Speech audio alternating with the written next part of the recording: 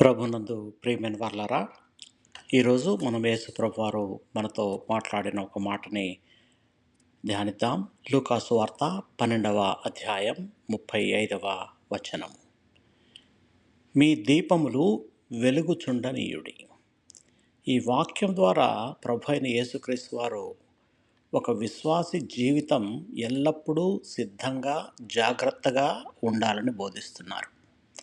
చీకటిలో దీపం ఎలా వెలుగునిచ్చి దారిని చూపిస్తుందో, అలాగే క్రీస్తును అనుసరించే ప్రతి విశ్వాసి కూడా తన జీవితంలో దేవుని మహిమను ప్రతిబింబించాలి.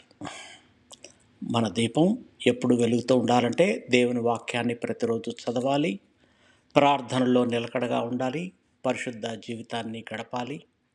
లోకంలోని చీకటి మన చుట్టూ ఉన్నప్పటికి కూడా క్రీస్తు వెలుగు మనలో ప్రకాశిస్తే ఇతరులు కూడా దేవుని ప్రేమను చూడగలరు.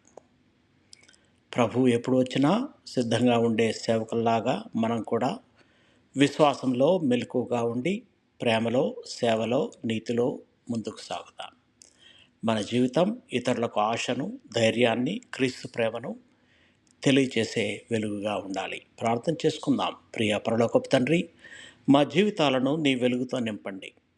మా విశ్వాస దీపం ఎప్పుడు ఆరిపోకుండా పరిశుద్ధాత్మ శక్తితో మమ్మల్ని నడిపించండి. ప్రతిరోజు నీ వాక్యంలో నిలిచి ఉండి ప్రార్థనలో విశ్వాసముగా నిలకడగా ఉండే కృపను మాకు ప్రసాదించండి.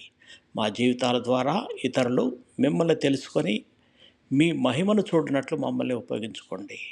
ప్రభు అయిన యేసు ఎప్పుడు వచ్చినా కానీ సిద్ధంగా ఉండే విశ్వాసులుగా మమ్మల్ని తయారు చేయండి. యేసు నామంలో ప్రార్థించి వేడుకొనుచున్నాము తండ్రి.